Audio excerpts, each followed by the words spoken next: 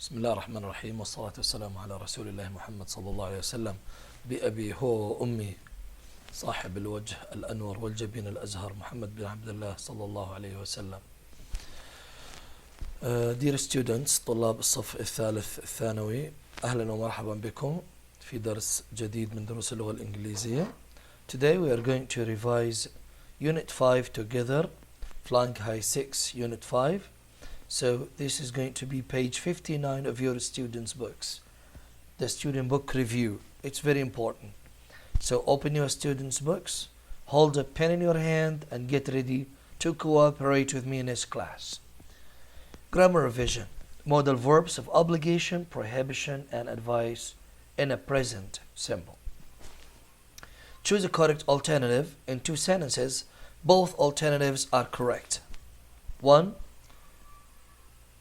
Well, I would like you to have a look at the exercise. Have a look and try to think of the first sentence. You blank come to class tomorrow.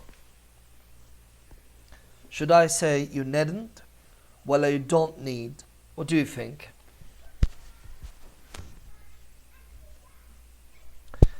Well, it's going to be needn't. You know why? You know why? Simply because we have a bare infinitive just after it. We don't have to. If we have the complete infinitive, we use don't need. So, you needn't come to class tomorrow. Number 2, you blank take your own food into a restaurant. Should I say you mustn't? Or you aren't allowed to? What do you think? Well, in this sentence, I believe both options are okay. Both options are okay. You can't take your own food into a restaurant, of course, can you? So you mustn't and you aren't allowed to are both okay. See what I mean?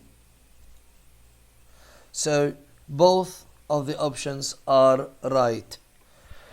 Usually at university, you blank go to classes all day. You mustn't or you don't have to. What do you think? You don't have to. This is a non-obligatory sentence. So, yeah, usually at university, you don't have to go to classes all day. You had better blank hand in your work late. Do we say you had better not or you shouldn't? What do you think? Don't you think that both styles are advisory? Yeah, both of them are correct pieces of advice. So, both of them count here. So, we choose both. Should or ought we leave at 6 o'clock? Of course, you know that O is related to the preposition to. And since there is no to here, the correct alternative is should only. Should we leave at 6 o'clock? Number 6. You blank leave your bags unattended at an airport. You don't have to or you mustn't. What do you think? This is prohibition. You mustn't. I wouldn't use don't have to. Rather, we use mustn't. Mustn't. Okay?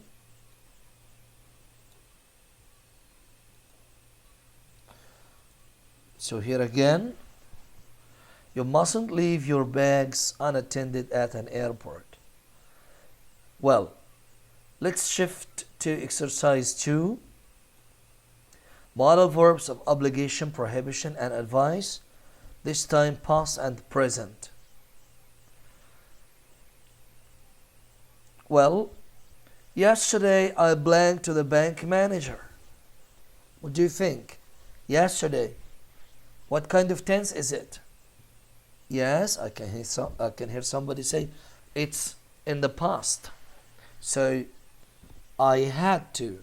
I would say here had to instead of have to. Again, number 2, I blank worry about the exam because it was easy. What a good student he is. Yes, he seems to be an elite, a topper, a good student, and the exam seemed very easy, so he didn't need to. Yeah, I didn't need to worry about the exam because it was easy. I would say here, didn't need to. Don't worry about the answers. I will be leaving them for you at the end of the lesson. Number 3, usually students blank their exam answers in red because teachers use red pens to correct. What do you think? Must or mustn't? Since it is usually, it's about the present, so we use must, not, or mustn't. Usually students mustn't write their exam answers in red because teachers use red to correct. Number 4, I blanked the instructions, but I didn't, and I got the whole exercise wrong. Oh, what a big mistake. This student didn't read the instructions. Yeah, but he regrets it right now. He's regretting that.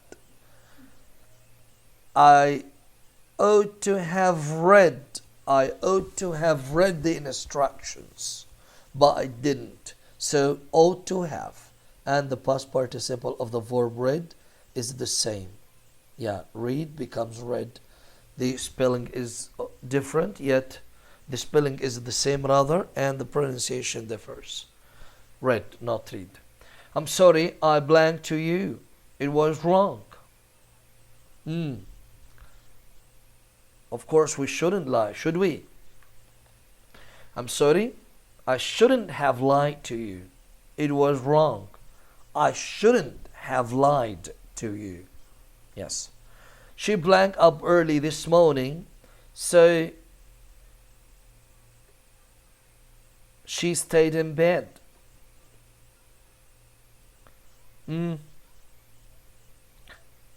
So she stayed in bed. Did she wake up or she stay in bed? She stayed in bed. So she didn't need. She didn't need to get up early. Yes. Yes, okay. Number 7. We blank the essay this week. We can do it next week. This week. So it's about the present. It's about the present or the future. So, yes, we don't have to write. We don't have to write the essay this week. We are not obliged to do it this week. We can do it next week. Okay? See what I mean? Very nice.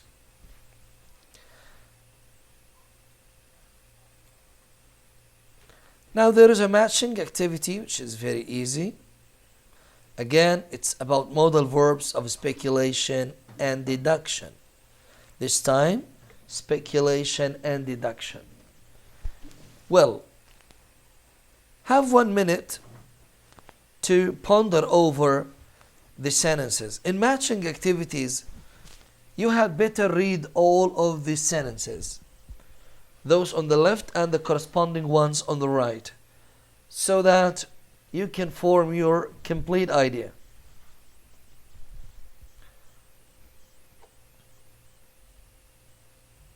He looks exhausted. He looks tired. When you look at him, you feel he is very tired. What do you think the right correspondent is here? Should I say he must be really cold? No. He must have run all the way here. Yes, why not? He must have run all the way here. Okay, he's tired. So I believe 1 goes with letter B. Okay. Number 2, somebody's knocking at the door. You see? Knock, knock, knock, knock. Someone is knocking at the door. Yes. It can't be the postman because... Can we have a look? Because he's already been. He's already been here. He can't be him again. Number 3, his lips are blue and he's shivering, shaking all over. At this time we say he must be really cold, because if you're cold you do like this, you shiver. Somebody's taken my red pen. Look, it might have been Jalal because I saw him using one earlier. So it might have been Jalal because I saw him using one earlier. And this is a very weak deduction, simply because there are dozens and dozens of red pens like your own. But it's just a kind of deduction. Okay. Now, my friend climbed a mountain that's 5,000 meters high. What do you think? Letter E, that can't have been easy. 5,000 meter high mountain. It's a very tough job. Don't you think so? That can't have been easy. It must have been very difficult for your friend. Yet, I don't know when the final of the Champions League is. What do you think? It may be next week. Maybe. I don't know. I'm not sure. Mahmoud hasn't replied to my email. He may not have received it, of course. He may not have received it. Okay. Now let's shift to the vocabulary section. Buying and selling. Which words are being defined? There are 3 extra words. One very good technique of revising and dealing with exercises is to always try to have a look and depend on your own self, depend on your own understanding and grasping of the topic, and do the exercise first on your own, and then refer to the answers to check. Don't resort easily to answers. Yes, the answers are already there with you. I will be sending them to you right now. Yet, you have to try to do the exercise on your own first. Test your ability. Test your grasping of the idea. We've got afford. I believe you are familiar with the words, aren't you? Afford, bargain, cash, change, discount, receipt, refund, sale, value for money, waste. If a student comes forth and say, "Oh, Kamal, I don't know these words," I would advise him simply to consult his dictionary. Consult your dictionary, your online dictionary. Try to know these words more and then do the exercise. Money that you get back when you return something you have paid for. What is it? You return something. You decide you don't like it and you return it back. What do we call this? Yes, I agree with you. It's refund. Refund goes with number 1. Yes. A document that you get from someone showing that you have given them money. Given them money. What is it? Is it a receipt? Okay. You are right there. Receipt. Number 2 goes with receipt. 3, the money that someone gives you back to you. Again, the money that someone gives back to you when you pay more than something actually costs. You can imagine you bought something for 100 riyal. Okay, 100 riyals. You paid him a 200 riyal note. So he would return to you 100 riyal as a change. Correct. Change. So number 3 goes with the word change. Again, number 4, something you buy that costs much less than normal. Don't you think this is a bargain? Yes. If it costs much less than normal, it's a good bargain. Yes. So number 4 goes with the word bargain. 5, an event or period of time during which a shop reduces the price of some of the things it sells. I believe all of you are familiar with this word. Sale. On sale. Okay. Right. Sale. Number 5 goes with sale. Number 6, something that is of very good quality but relatively inexpensive. Double benefit. Very good quality and inexpensive. Now, this is what we call a value for money. Yes. Value for money goes with number 6. Number 7, have enough money to buy something.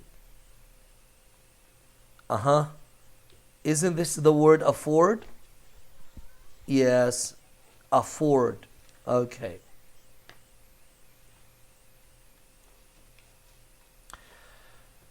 Again, a matching activity related to vocabulary, money and banking. Match the words or parts of a word. Current with, over, cash. What do you think? Point, a loan, bill, debt, draft, draw, account. Yes. Current account. Withdraw, this is, yes, a part of a word. Withdraw means to take money from your account. Over, what do you think? Overdraft? Yes. Cash? Cash point. Here it goes.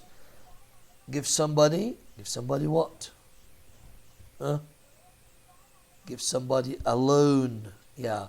Get into debt. Pay to pay a bill. To pay the electricity bill, the mobile phone bill, and so on. Phrasal verbs connected with money and shopping. Rewrite the sentences without the phrasal verbs. Use another verb or phrase with a similar meaning. This exercise I will leave you as homework. Okay, well, I hope you have enjoyed this class with me. Your answers should be like this for all the exercises. And you'll be finding this answer sheet again on your school website. Thank you again for paying attention and listening to me. Thank you so much, and see you in another new class. See you.